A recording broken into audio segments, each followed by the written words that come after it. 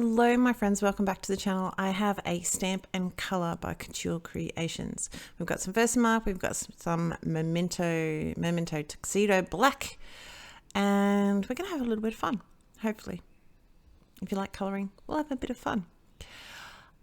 I'm stamping this down. Now this stamp is new. Okay, disclaimer, I did this video a little while ago. This stamp was new at the time. It needed to have, it has a lot of residue over. I'm finding a lot of the stamp and color stamps from Couture Creation have a lot of residue from manufacturing. So I stamped it down with a bit of Versamark, left it on there, and then stamped it with the Memento Tuxedo Black. I did have to still stamp it a couple of times, but now it stamps out, not a problem. So we've got E57, YR04, and Y38 and Y35. I'm going to have a yellow daffodil. I've only going to show you one each of the colors that we've got here. Each of the flowers, I should say. Because there's a lot of coloring in this, and I value your time, and I value just the time that you spend with me today, or any day for that fact. So if you're not yet a subscriber, please hit the subscribe button. There's a lot of people that view and are not yet subscribed, so I'll be very honored if you did that. I am slowly trying to grow my little channel, and I have a ball doing it. I'm trying to do more videos now that I'm sort of in the last stages of studying. And yeah, I'm hoping to get momentum going again. I'm using the E57 just in where the flower is going to be a little bit darker. This image has a lot of detail in it, so they're actually showing you where a lot of the darker spots are. So right in the center there's a couple of lines on the outer parts of the daffodil. If you look up into the left-hand corner of the daffodil there, you can see that it's got a lot of definition. So I'm not rewriting any storybooks here. I am basically, apart from throwing my Copic markers across the table, I am basically just going in where they've already got it. So where anything sits on top of anything else, or like touches anywhere else, if it goes in a little bit, you can see part of the flower there where you see the line, it actually goes down. So that's trying to show you that the detail that we've got in that. I work in a very different ways from some people. If I'm not too sure where the shading is, I put my lightest down first and then go in with my darkest because it's easily hidden.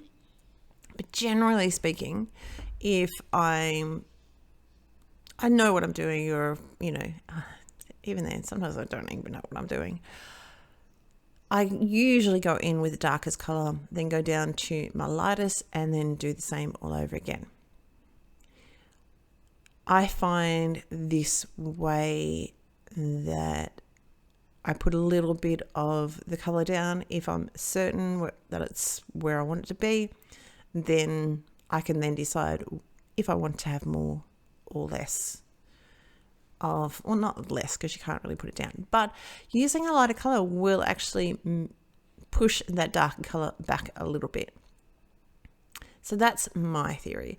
And a lot of people do it very, very different from me, and that is fine. What I encourage everyone to do is just find what works out best for you.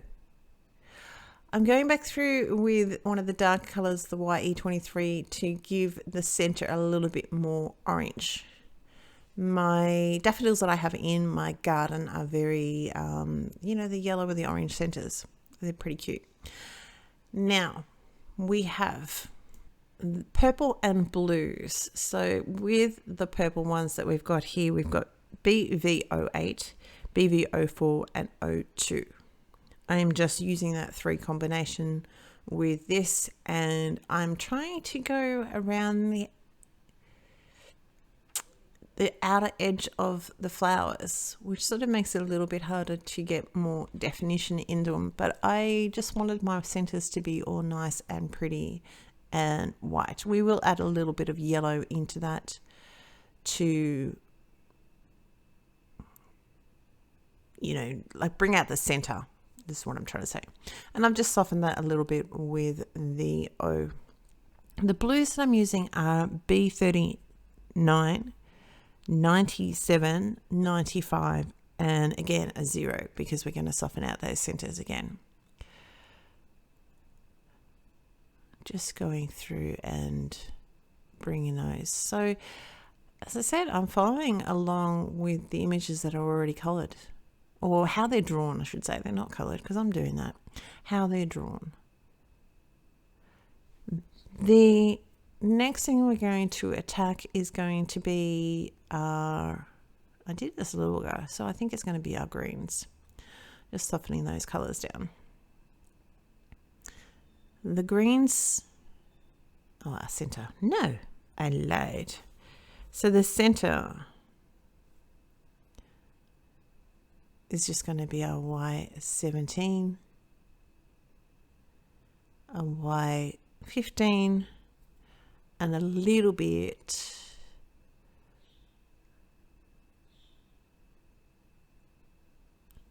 I think I'll come back in later on with a little bit of one of the darker colors again. Our leaves, as I said, I did this a long time ago, so I'm still trying to figure out what I'm doing. With our greens, we've got G29, G14, G07, and YG03 as our highlight color. This sort of image is quite difficult to figure out where your leaves start and what's meant to be plain space, like just space behind it that you're supposed to be able to see through. But in all honesty, is it really going to matter right in the center if you totally stuff something up? You know, if you're not too sure, just color it whichever way you want to, and then that way no one's going to know. Who's going to know? As the meme goes, no one's going to know. If you point it out, then yes, they're going to know. But if someone looks at the card and goes, that's meant to be clear when you've colored it that other color, then good for them. That's all fun and games. There's a little bit, I think it's ivy. Pretty sure it's ivy. I used to have a variegated ivy, but I went away and came back. In summertime, I went away and came back, and unfortunately it passed away, the plant. So it was a little bit of a shame. They said that this is my skills. They said that ivy is very tough and hard to kill. That's how good I am.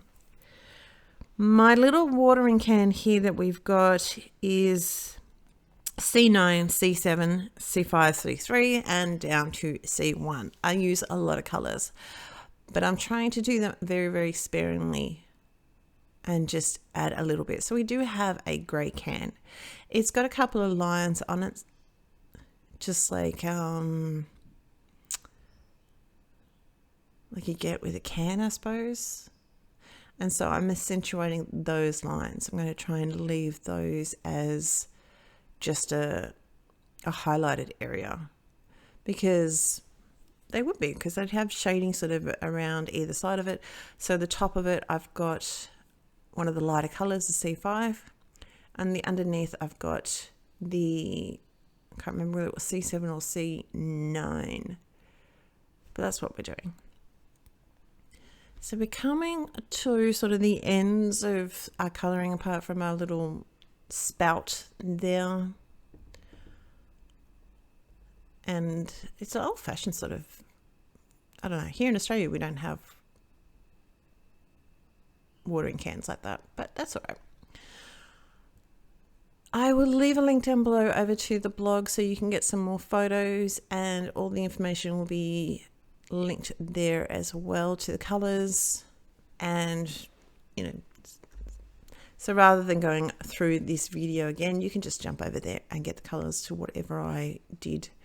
I'm trying to do the spout a little bit rounded because he's rounded. That's why we've got in the can, the actual main part of the watering can, we've got the darker on the side, just to give him that rounded look. And the spout, yes, I turn things around. I'm trying to accentuate, like we did with the body of the watering can, to have, I don't know, they have those lines, they have the holes obviously, but they also have those little lines, and it's sort of not a straightforward flat surface on this watering can. I've got nesting rectangles from Paper Rose. I'm just going to ground my image because if you've been here for a little while, you know that I like to do that.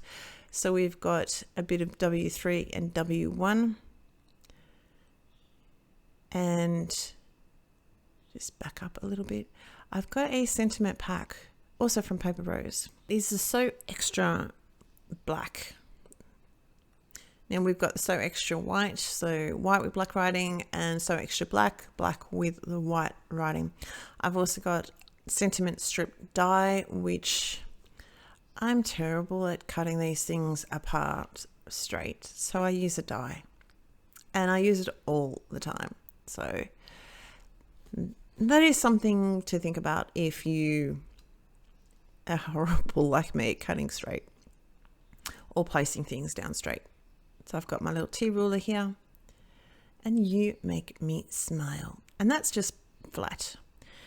Some clear sequins from Uniquely Creative, because we know I am very much into my sequins. I don't know if there's too many cards that I can't put a sequin or a clear drop on. And just glue those down with a little bit of multi-medium matte. I keep calling it multi-matte medium, but it's multi-medium matte. I don't know. It doesn't really matter, does it? Oh. This white was not doing it for me. So we've got a little bit of grey cardstock. And this is going to make me much more happier. And of course, raise it up with a little bit of foam tape.